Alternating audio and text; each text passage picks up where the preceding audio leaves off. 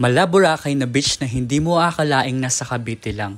Tara, takbo muna tayo sa Boracay de Cavite na kilala bilang Katungkulan Beach Resort ng Ternate. Madaling pa lang umalis na kami dahil limitado lang ang pwede nilang i-accommodate at 7 AM sila nagbubukas. Magaganda ang mga daraanang tanawin at mga unggoy na pinagmulan daw natin. 150 per head nga ang binayaran namin, 500 sa cottage at libre naman para sa mga batang 7 years old pababa. Para sa mga magbabalak pumunta, uunahan ko na kayong sabihan na hindi pwede ang drone dito, bawal mag-video at mag-picture sa ilang mga area maliban sa mismong dagat at hindi gaano karami ang cottage dito kaya mas okay kung magdadala kayo ng tent. Kaya kapag mag-video ka, dapat paa lang. Tapos magkunyari ka lang nagkasalamin pero nagka-selfie.